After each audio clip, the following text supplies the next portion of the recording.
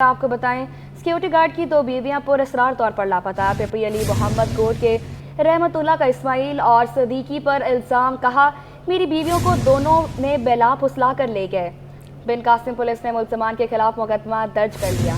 Security guard की दो बीवियां पुरअसरार तौर पर लापता। पिपरी अली मोहम्मद गोड के रहमतुल्लाह का इस्माइल और सदीक पर इल्ज़ाम, कहा मेरी बीवियों को दोनों बहला फुसला कर ले गए। बिन कासिम पुलिस ने मुल्ज़मान के खिलाफ मुकदमा दर्ज कर लिया।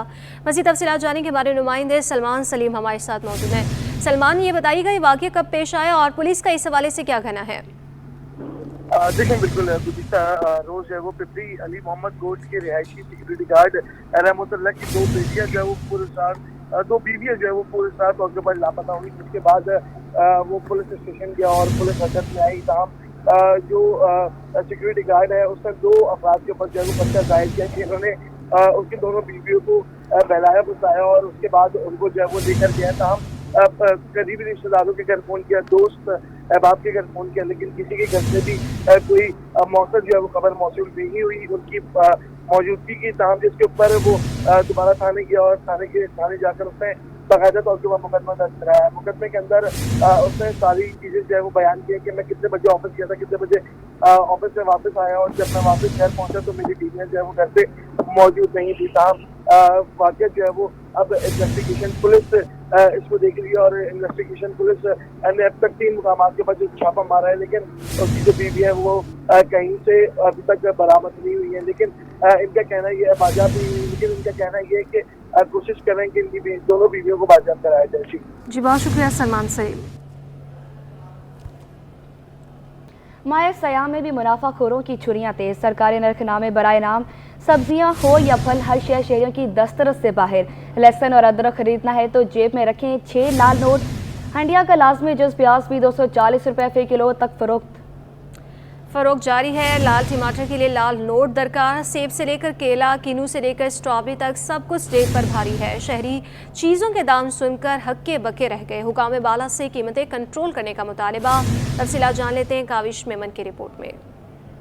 रमजानुल मुबारक में भी इंतजामिया मुनाफाखोरी रोकने में नाकाम। सब्जियों और फलों की मनमानी कीमतों पर फरोख्त जारी। दर्जा अव्वल आलू की सरकारी कीमत 45 रुपए, लेकिन होलसेल मार्केट में 60 रुपए में फरोख्त हो रहा है। गाजर 50 रुपए सरकारी कीमत के बजाय 60 रुपए में बेची जा रही है। भिंडी सरकारी कीमत 130 के बजाय मंडी में 180 रुपए किलो हो गई। प्याज मंडी में सरकारी कीमत से 20 रुपए महंगी होकर 200 रुपए किलो में फरोख्त। टमाटर 50 रुपए सरकारी कीमत के बजाय मंडी में 70 रुपए किलो में बेचे जा रहे हैं। फ्रूट मंडी में ईरानी सेब 300 जबकि सरकारी कीमत 250 रुपए किलो है। केला दर्जा अव्वल सरकारी कीमत 153 के बजाय 200 रुपए दर्जन में दस्तयाब है। ताजिर कहते हैं महंगाई बहुत है, मंडी में भी माल महंगा आ रहा है। शहरियों का शिकवा है कि मंडी में भी कोई रिलीफ नहीं। सरकारी नर्ख नामे पर अमल दरामद का आगाज मंडी से होना चाहिए। यहाँ भी रेट ज्यादा है, यही मंडी में जो हमें उधर मिलता है तो यही रेट इधर ही हमें मिल रहा है। भाई यहाँ से जब महंगा लेके जाएंगे तो हम भी महंगा ही बेचेंगे, हमने कोई सस्ता थोड़ी बेचना है। शहरियों का मुतालबा है कि हुकूमत सब्जियों और फलों की कीमतों में कमी के लिए इकदामात करे। कैमरामैन शाजिब के साथ काविश मेमन, सिटी 21। सब्जी मंडी में भी कीमतें आसमान से बातें करने लगी। आलू, प्याज, गाजर और भिंडी की कीमतों को पर लग गए। प्याज 200 रुपये, आलू 60 रुपये, टमाटर 70 और भिंडी 180 रुपये किलो पर पहुंच गई। काविश मेमन से तफसीलात जानते हैं। जी बिल्कुल, इस वक्त हम मौजूद हैं कराची की सब्ज़ी मंडी में। यहाँ पर भी जो सरकारी नरखनामा है उस पर तो अमल दरामद होता हुआ दिखाई नहीं दे रहा। अलबत्ता यहाँ का एक रेट है, एक रेट होता है रिटेल की सतह का। अगर हम बात की जाए प्याज की तो इस वक्त प्याज मंडी में 200 रुपये किलो तक फ़रोख्त हो रही है, जबकि यही प्याज जब रिटेल की सतह पर जाती है तो 250 280 रुपये तक बिक रही है। जबकि बात की जाए तो प्याज की एक्सपोर्ट पर भी 15 अप्रैल तक पाबंदी लगा दी है। इसी तरीके से आलू, टमाटर, दीगर जो फल है, सब्जियां हैं, उनकी कीमतें भी इस वक्त जो है आसमान से बातें कर रही हैं। यहाँ के ताजिर मौजूद हैं, उनसे जानते हैं। बताइएगा क्या वजह है कि मंडी का एक रेट है, एक रेट रिटेल का है, ज़मीन आसमान का फ़र्क है? बस ये नहीं होना चाहिए। मंडी का रेट है होलसेल, प्याज बिकते हैं 200 रुपये किलो, 190। अच्छा, एक सरकारी नरखनामा रोज़ाना जारी किया जाता है, तो हमने यहाँ देखा सरकारी सतह पर तो 180 रुपये है प्याज के, लेकिन यहाँ 200 है। तो क्या वजह है कि सरकारी रेट पे मंडी में भी अमल नहीं होता और रिटेल में भी अमल नहीं होता? मंडी में तो इस पे अमल नहीं, इसलिए नहीं होता, सब्जी का रोज़ नया नया रेट होता है ना, एक रात लेट उसको पता नहीं होता सब्जी कितना कैसा है। प्याज कभी 8,000 का बिकते, कभी 9,000 का बिकते, 1,000 रुपये फ़र्क आते। वो लोग उस खान बंद लिखते हैं ना, इस वजह से ये रेट है। अच्छा, ओवरऑल महंगाई की वजह से मंडी में फ़र्क आया है कीमतों में? बहुत फ़र्क आया हुआ है, रोज़ फ़र्क होता है मंडी में। महंगाई की वजह से हर चीज़ महंगा हो गया। सब्ज़ी है, प्याज है, आलू है, टमाटर है, कोई चीज़ भी सस्ता नहीं है। बिल्कुल, देखिए मंडी के ताजिर भी महंगाई की वजह से परेशान हैं। अलबत्ता वो ये कहते हैं कि जब रिटेल की सतह पर माल जाता है तो कम प्रॉफिट रखा जाए, लेकिन हम देखते हैं कि जो रिटेल की सतह पर मुनाफाखोर है वो सरगर्म है और रमज़ान मुबारक में भी आवाम को रिलीफ से महरूम किया जा रहा है। जी, के लिए शनाख्ती कार्ड बनवाना इम्तिहान बन गया। NADRA mega centre Akhtar colony के बाहर शहरी धूप में खड़े दिखाई दिए। गर्मी और रोज़ी की हालत में अपनी बारी का इंतजार करते शहरियों का सब्र जवाब दे गया। शहरियों को शिकवा है कि शहरी के बाद से आए हैं लेकिन नंबर्स नहीं आ रहा। मज़ीद जानते हैं हमारी नुमाइंदा हमना निसार से। बिल्कुल जी, इस वक्त मैं NADRA mega centre Akhtar colony पे मौजूद हूँ, जहाँ आवाम की लंबी कतार मौजूद है और जो नादरा के कार्ड के उसूल के लिए यहाँ पे शहरी के बाद से लगे हुए हैं, लेकिन अब तक इनका नंबर जो है नहीं आ सका है। क्या वजूहात है, इस हवाले से मज़ीद हम आवाम से ही जानते हैं। जी, मुझे बताइएगा क्या मसले मसाइल आ रहे हैं?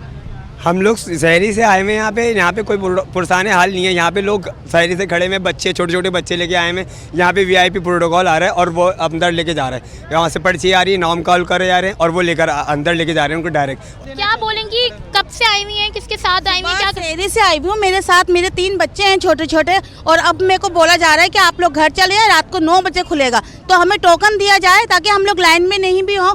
तो हमें सुबह शहरी से ये टाइम हो गया, अब हमें घर भेज रहे हैं। अगर हम वापस आते हैं तो हमें दोबारा बोल देंगे सुबह फजर में आए, तो बताएं हम क्या करें? बच्चों के साथ आए हुए हैं, इस शदीद गर्मी में रोज़े में ख्वार हो रहे हैं वो लोग। आगे आप बताएं कितनी परेशानियां हो रही हैं आपको, क्या कहेंगे? बच्चे के साथ आए हुए हैं आप। बहुत परेशानी है बाजी, सुबह से आए हुए हैं हम लोग, कोई सुबह 6 बजे से आए हुए हैं, अभी तक हम लोग नहीं है। किसी खवातीन के लिए बैठने का जगह नहीं है, किसी मर्द के लिए बैठने का जगह नहीं है। हमारे साथ यहाँ पे आवाम मौजूद है जिन्होंने यही बताया है कि नादरा के कार्ड के लिए यहाँ पर लंबी कतारों में लगे हैं, लेकिन कोई पुरसाने हाल नहीं है और इनको कहा गया है कि अब ये जाएं और रात को आएं, और यहाँ पे कोई टोकन का निज़ाम नहीं है, कोई किसी चीज़ का निज़ाम नहीं है। शहरियों की अपील है कि नादरा में काम की रफ्तार को तेज़ करने के लिए हुकूमती इक़दाम उठाना चाहिए ताकि इनको भी परेशानियों से छुटकारा मिल सके। जी, इंतज़ामिया की गफलत के बायस बाग़ कोरंगी में ग्राउंड खस्ता हाली का शिकार हो गया। ग्राउंड में जगह जगह कचरे के अंबार है, जानवरों की बड़ी तादाद ग्राउंड में मौजूद। इलाका मकीन कहते हैं 8 बरस से ग्राउंड की हालत ख़राब है, मच्छरों की बहुतात होगी। इस हवाले से क्या तफसीलात हैं, जानते हैं अपने नुमाइंदे आयमा खान से। जी बिल्कुल, देखिए शहर कायद का जो ख़राब इंफ्रास्ट्रक्चर है वो शहरियों के लिए जो है वो अजाब बनता जा रहा है। शहर के मुख्तलिफ अगर हम पार्ट्स देखें तो वो भी जो है वो खस्ता हाली का शिकार है, जबकि इस वक्त हम मौजूद हैं बाग़ कोरंगी में। B ब्लॉक बाग़ कोरंगी का है और यहाँ पे जो है वो ग्राउंड खस्ता हाली का शिकार हो चुका है और ग्राउंड में जो है वो जगह जगह कचरे के अंबार लगे हुए हैं। हमारे साथ इलाका मकीन मौजूद है, इनसे तफसीलात लेते हैं। आप मुझे बताइएगा कितना अरसा हो गया ग्राउंड इस तरह से खस्ता हाली का शिकार है? ये तकरीबन यहाँ पर शुरू से 8 साल हो गए और इस ग्राउंड को, और ये इसी तरह है। इसमें कब्ज़ा माफिया भी आया था, उसने भी कब्ज़ा करने की कोशिश की, मगर यहाँ की आवाम, यहाँ के कुछ साथी लोग ने मिल के उनको भगाया। उसके बाद गाड़ी आती है कचरे की ढेर वाली, वो यहाँ फेंक के चली जाती हैं। किसी का कोई बोलने वाला कोई कुछ नहीं है। आपके सामने देखेंगे परेशानी है, आपके सामने रात को मच्छर इतने काटते हैं इसी गंदगी की वजह से कि सो भी नहीं पाते हैं यहाँ पर हम लोग। जी बिल्कुल, जैसे कि आपने सुना, हमारे साथ जो है वो इलाका मकीन मौजूद थे। इनका ये कहना है कि गुज़िश्ता 8 साल हो गए हैं ये ग्राउंड जो है वो इसी तरह से कचरा कुंडी में तब्दील हो चुका है, लेकिन जो है वो इंतज़ामिया की जानिब से कोई कार्रवाई नहीं की जाती। साथ ही साथ इनका ये भी कहना था कि जो है वो यहाँ पे मच्छरों की बहुतात है, जिसकी वजह से जो है वो इलाका मकीन खासे परेशानी में मुब्तला है। जी, बल्दिया टाउन के कबाड़ी चौक से बकरा पीड़ी जाने वाली सड़क बरसों से तबाहाली का शिकार है। शहरी कहते हैं गटर की लाइनें टूटी हुई हैं। बारिशों में पूरा इलाका ज़ेर-ए-आब आ जाता है। मज़ीद जानते हैं हमारे नुमाइंदे मीर कीरियो से। जी बिल्कुल, इस वक्त मैं मौजूद हूँ कराची के इलाके बल्दिया टाउन में। बल्दिया टाउन के कबाड़ी चौक से बकरापीड़ी तक जाने वाले तकरीबन 4 से 5 किलोमीटर तक जो मुश्तमिल सड़क है वो टूट फूट का शिकार है, तबाही का शिकार है। सीवरेज की लाइनें टूटी हुई है जिसकी वजह से यहाँ के जो इलाका मकीन है, शहरी है, काफ़ी मुश्किलात का सामना कर रहे हैं। लोग जो है अपने काम नहीं कर सकते, उनका कारोबार मुतासर हो रहा है, बच्चे स्कूल नहीं जा पाते। इस वक्त हमारे साथ इस एक इलाके के रिहायशी भी मौजूद, उनसे बात करेंगे। सर, कब से इस इलाके की, इस रोड की ये हालत है, आप बताएं। सर सही पूछते हो ना, तो जो अगर थोड़ा बहुत जो काम हुआ है ना, तो ये मुस्तफ़ा कमाल के दौर में हुआ है। पूरा इलाका आप खुद देख लें, यानी हर बंदा देख सकता है कि यार इस इलाके की हालत क्या बनी हुई है। ये और ख़ास करके ये बल्दिया पकौड़ा चौक से ऐसे कबाड़ी चौक से लेकर बकरा पीढ़ी तक, यकीन करो कि यहाँ अगर खुदा न खासा जिस दिन बारिश होती है उस दिन गुजरने का ही रास्ता नहीं होता है। ये तो हकीकत है, कितनी गाड़ियाँ कल्टी हुई हैं, रक्शे कल्टी हुई हैं। तो कम से कम इस रोड की हालत बेहतर कर दें। कम से कम आने, यकीन करो कि यहाँ कोई मेहमान आने के लिए तैयार, मतलब अगर कोई घर में मेहमान बुलाना हो ना, तो यकीन करो हम नहीं बुलाते हैं कि यार इस इलाके को देखो, क्या बोलेंगे हम कहाँ बैठे हुए हैं, किस इलाके में बैठे हैं। जी बिल्कुल, हर जगह सीवरेज का पानी मौजूद है, पूरी सड़क गंदे पानी से भरी पड़ी है। यहाँ के इलाका मकीन के दें कि इनका कोई पुरसान हाल नहीं है। ताम इनका मुतालबा है कि अब चूँकि यहाँ से इलेक्शन जीतने वाले मुस्तफ़ा कमाल अब जो है इलेक्शन जीत चुके हैं, तो उनसे मुतालबा है कि वो इसके सड़क की तमीर करवाएँ, सड़क को देखें, इसकी निगरानी करें और इनका जो तवील अरसे से इस मसले का शिकार है, इसको फौरी तौर पर हल करें। जी बुलेटिन में आगे बढ़े और आपको बताएं, रवा बर्ड्स का पहला जुज़वी चांद ग्रहण कल होगा। चांद ग्रहण पाकिस्तान में नहीं देखा जा सकेगा। ये जुज़वी चांद ग्रहण होगा जिसके दौरान ज़मीन का बहुत कम साया चांद पर नजर आएगा। चांद ग्रहण के दौरान चांद की चमक मामूली मान पड़ती है। चांद ग्रहण अमेरिका, यूरोप के बेशतर ममालिक, ऑस्ट्रेलिया, अफ्रीका, शुमाली और मशरकी एशिया में नजर आएगा। चांद ग्रहण पाकिस्तानी वक्त के मुताबिक कल सुबह 9:53 पर शुरू होगा। चांद ग्रहण दोपहर 12:12 पर अरूज को पहुंचेगा, जबकि मजमूई तौर पर चांद ग्रहण का दौरानिया 4 घंटे 40 मिनट होगा।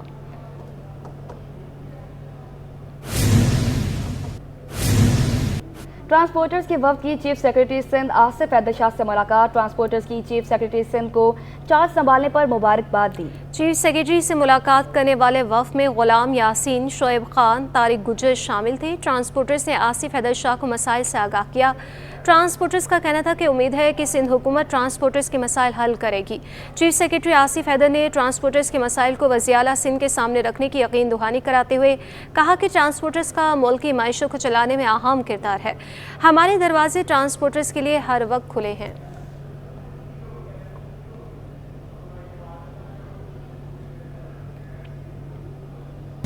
इदारतुल हरमैन की जानिब से हर साल की तरह इस साल भी यतीम बच्चों के लिए मुफ्त बाजार सज गया। 11 साल तक के बच्चों के लिए शॉपिंग का एहतमाम है। मज़ीद जानते हैं अपने नुमाइंदा फरहान खान से। जी फरहान, आगाह कीजिएगा। रमज़ानुल मुबारक का महीना जहाँ हमें नेकियां करने और खुशियाँ बांटने का दर्ज देता है, वहीं हर साल की तरह इस साल भी जो है इदारतुल हरमैन की जानिब से जो है वो यतीम बच्चों के लिए जो है वो बाज़ार लगाया गया है। इस वक्त जो है वो डायरेक्टर तलहा मुफ्ती तलहा हमारे साथ मौजूद भी हैं, इनसे बात करते हैं। मुझे बताइएगा सर, ये कितने सालों से लगा रहे हैं और इस यतीम बाज़ार लगाने का मकसद क्या है और इनमें बच्चों को क्या क्या चीज़ें जो है फराहम की जाती हैं? जी बिस्मिल्लाहिर्रहमानिर्रहीम, ये जो हमारा बाज़ार है इसका ये तीसरा साल है और इस साल हमारे पास 1000 यतीम बच्चे हैं। और इसके मकसदों में से जो बुनियादी और पहला मकसद है वो मकसद ये है कि यतीम बच्चे भी हमारे साथ उसी तरह से ईद मनाएं जिस तरह से हमारे बच्चे ईद मनाते हैं, उसी अंदाज से शॉपिंग करें जिस तरह से हमारे अपने बच्चे शॉपिंग करते हैं। अपनी पसंद से जो चीज़ उन्हें अच्छी लगे वो चीज़ ख़रीदें। यहाँ पर हमारे पास जूते हैं, कपड़े हैं, ईद के लिए चश्मे हैं, घड़ियाँ हैं, केचर, पोनियाँ, खिलौने, मुख्तलिफ़ किस्म की चीज़ें नहीं, जितनी चीज़ें बच्चे ईद पर इस्तेमाल करते हैं और उन्हें लेते हैं, उनसे खेलते हैं और इंजॉय करते हैं, वो तमाम तर चीज़ें हमारे पास यहाँ मौजूद हैं अल्हम्दुलिल्लाह। अच्छा तरह मुझे ये भी बताइएगा कि ये सिर्फ यतीम बच्चों के लिए है, किस तरीके से उनको जो है वो अंदर भेजा जाता है और क्या कितने टोकन एक बच्चे को दिए जाते हैं और कितने जो है वो लड़कियों को दिए जाते हैं और क्या वेरिफिकेशन इसकी की जाती है बच्चों के लिए? अब बच्चों की वेरिफिकेशन तो ऐसी होती है कि हमारा एक सर्वे फॉर्म है।